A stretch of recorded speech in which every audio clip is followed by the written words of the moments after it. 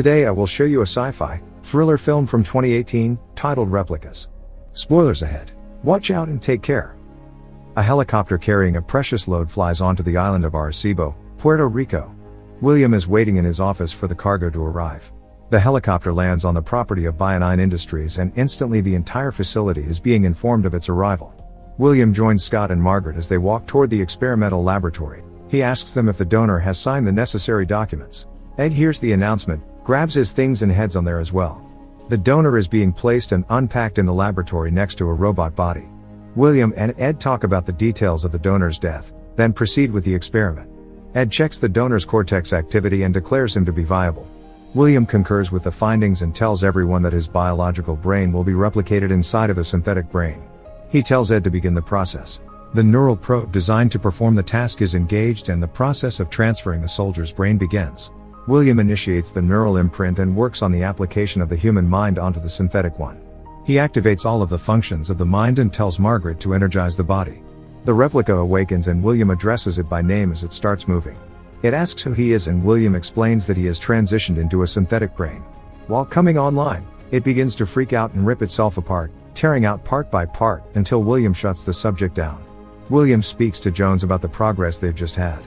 Jones isn't impressed that the subject spoke for the first time and tells him that they need bigger results to hold on to the shareholders of the company. William tells him that his family had made too many sacrifices for his life's work. He promises Jones that he is very close to a breakthrough. Later, William drives home and meets his wife Mona in front of the house packing the car for a trip. He rushes inside and sees that his kids Matt, Zoe and Sophie aren't packed yet either. Ed walks into their house and Sophie gives him her pet fish, telling him not to overfeed him. He asks William if he talked to Jones and if he got fired yet. Mona overhears them talking as Ed explains that the subject ripped itself apart. However, William interrupts him and tells her that it spoke. She says that if it could speak then it could also feel and that he shouldn't bring people from the dead until he works everything out. Since Mona is a doctor, she doesn't like that people might be suffering in his trials. They pack the car and he tells her that he's on the verge of a breakthrough, but something is preventing the synthetic to achieve consciousness. Mona says that they might be missing a soul. William doesn't think so, saying that it's all neurochemistry. She hates his answer and tells him that maybe he's losing sight of what's right and wrong. Ed greets them off. Later, they're driving in the rain and almost hit a truck. It's a close call but they're fine. Suddenly, a tree hits the car and kills Mona, then William drives off a cliff and into the water. He regains consciousness and checks if anyone is alive. No one, apart from him, has survived the crash. William doesn't call an ambulance, but instead he called Ed. He's brought their equipment there and follows William to the bodies. William asks him to help him, but Ed thinks that they should call the police. Eventually, Ed changes his mind and helps William transfer the minds of his family into the equipment. They get to the facility and Ed tells him that there is a reason why he hasn't made human clones yet, because they never turn out right. He asks William if he's prepared to terminate the process if something goes wrong. William doesn't give a straight answer, he just wants to do it. Ed shows him the pods in which he could replicate the bodies, but he's worried that William still hasn't perfected the process of transferring the mind. They get to the bodies and William pleads with Ed not to share what has happened to anyone. Furthermore, he asks him to get rid of the bodies. He agrees and tells him that he'll meet him back at the house.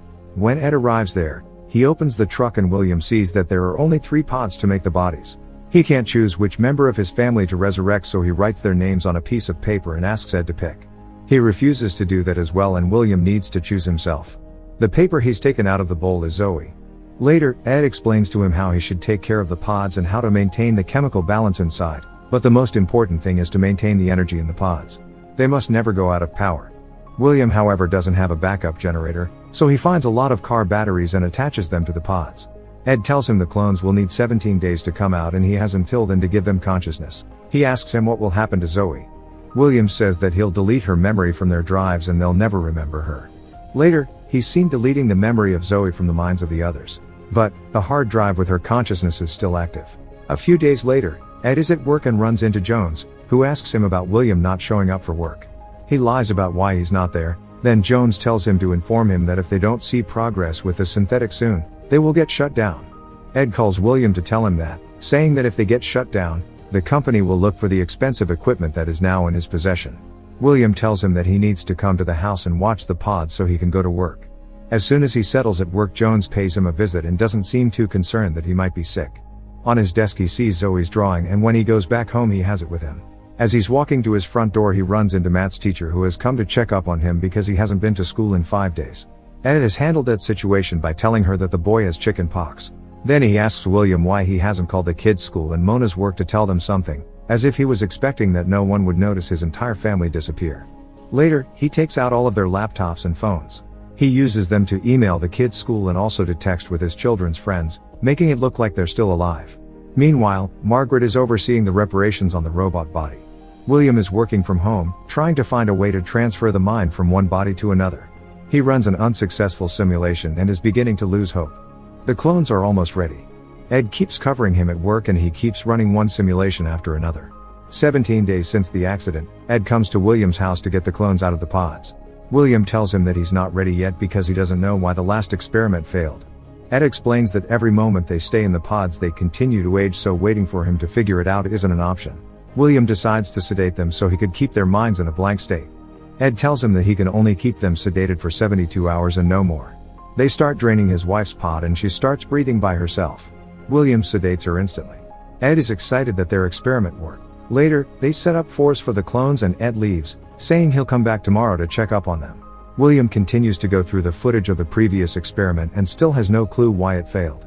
That night, he's ready to terminate his wife, when he gets a call from Jones. As he's talking to him, he notices that each time he touches Mona's clone, her heartbeat goes up. When Ed arrives to the house, William tells him that he's figured it all out. He takes him up to Mona and shows him what he's found out. Then he explains that the reason why the brain transfer doesn't work is because it's not in its own body. When they put it in a synthetic brain, the mind freaks out when it can't find its own flesh. The solution to the problem of transferring the mind into a synthetic one is to trick it into thinking that it's in its own body. And it should be even simpler with his family because the bodies are their clones. They get ready to initiate the process of transferring Mona's mind into the body of the clone. William coordinates the uploading process, then initiates the imprint. When it's done, Ed freaks out that nothing is happening, when she suddenly begins to convulse. She wakes up and recognizes him, so he puts her back to sleep until he does the same with the kids and prepares the house for them. At the end of the day, after all of it is done, Ed leaves and tells him that they'll see each other at work. William gets back to the house and begins to clean it up and get rid of the evidence of everything that happened. Lastly, he needs to get rid of all of Zoe's things and make it look like she never existed. He packs all of her things and throws them away. Later that night, he lies down in bed next to his wife. William wakes up the next day and finds Mona gone. When he rushes downstairs, he sees them all having breakfast like nothing has ever happened. Mona says that she feels great and goes out for a run. The kids ask for pancakes and he makes some for them. Mona is jogging when she suddenly gets an ache in her abdomen. When she gets back, Sophie pours milk in a cup and they see that it's curdled. Mona says that she just got it the other day. William gets a call from Ed, telling him that they have an incoming donor at work and that if he doesn't want their secret exposed, he should be there. He tells the clone family that he has to leave for work and they don't see anything wrong about that, but Mona does find his behavior strange. William gets to work. Him and Ed are preparing the donor for the transfer, but he deems him non-viable because he doesn't want to make another one go through the phase of rejection again and the suffering that it might bring. Jones is breathing down their necks and Ed is upset that they didn't do it. William gets the idea to transfer his own mind into the synthetic brain, so he takes the transfer equipment to the toilet and performs the transference protocol on himself. Meanwhile, Sophie and Mona look for their cell phones and they can't find them anywhere. Mona feels strange. Back at the facility, William finds Ed and tells him what he did. He explains that he will write an algorithm which will help bridge his imprint to the artificial body, effectively tricking the synthetic brain that the body is his. The added benefit of it being him inside that body will be that he will be able to establish himself as the baseline for the transferred consciousness. William gets back home that night and finds Mona upset, immediately telling him that she feels like something is wrong with her. She can't remember a lot of things that happened during the past few weeks. He comforts her and tells her that she should rest. He goes to the basement and writes the algorithm. The drive with his consciousness is sat next to Zoe's. Later, Sophie has a nightmare about her mom dying and calls for her, but William comes in her room and tells her that she just had a bad dream. He takes her back to the basement and overwrites her memory so that it excludes the memory of them dying. Mona catches him there and asks what he's done to Sophie. She wants to know the truth. William tells her that he brought them back from the dead. They have a conversation later on and she asks him how he could do that. He tells her that he couldn't bear losing them and that he had to do it. She understands. The next day, the family meets with Ed at the market. Mona thinks she sees something and almost remembers Zoe. They have dinner together that night and William asks them if they should move back home. Sophie asks who Zoe is, telling him that the name is scribbled in her closet with a crayon. The three of them begin remembering little bits about her, and Mona confronts William about it. He tries to lie to her, but she sees right through him. Suddenly, the doorbell rings. William opens the door for Jones, who greets Mona and asks for a quick word with him. He tells him that he knows everything about what he has done and calls his family subjects of the trial in possession of the company. Jones isn't ready to have them walking around like everything is normal, fearing the consequences if someone finds out about them. William tries to negotiate with him by telling him that he knows how to get the synthetic brain to work. Unfortunately, Jones isn't after that. He explains that the company isn't even a biomedical one, but is actually part of the weapons industry. Jones has another plan for his findings. He tells him to give him the algorithm, then say goodbye to his family. William goes to get the algorithm, and Jones texts two assassins to get ready. When he gets back, he tries to drug Jones but just ends up knocking him out. He destroys the algorithm and explains everything about Zoe to Mona and about the company that he works for. William tells her that they need to run. They get into the car and escape before the assassins realize what is happening. Jones wakes up and sees the destroyed algorithm, realizing that it's unsalvageable. One of his men comes in and shows him the tracker they have on the family. He tells him not to shoot them in the head. Simultaneously, a car starts chasing the family, ramming into them.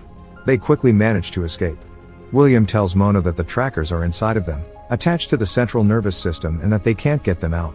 Mona has another idea about that and tells him to drive to the clinic where she works.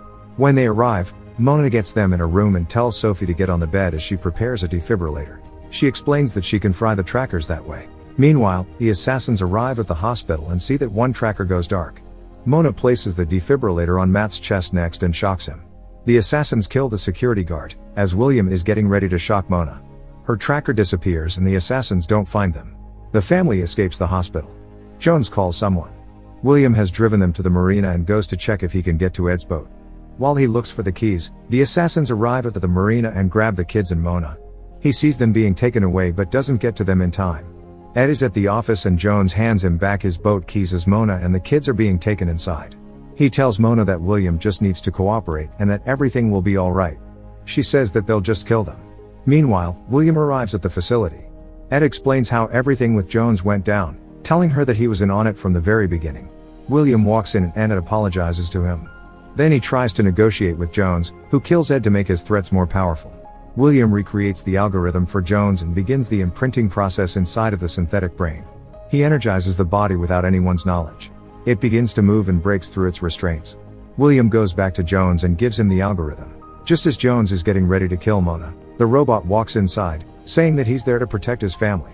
The assassins shoot at him, but it tears through them like butter. The family gets in the car and is prepared to leave, but William can't just leave the robot behind. Mona tells him to go. He stops it from killing Jones right at the nick of time. The two of them converse and the robot says that the body feels like it's his own. Jones tells him that even if they kill him, the company will still go after them. William and the robot offer Jones a deal that he can't refuse. The robot tells him that he should go with the family and that it should stay back and deal with Jones. It makes an imprint out of Jones's mind. 17 days later, a clone is ready to get out of its pod. The family is having a vacation on a beach and William brings Zoe to them. Mona embraces her fondly. Sometime later, Jones is in Dubai selling William's invention to a rich old man. The robot is the one that does the work for Jones.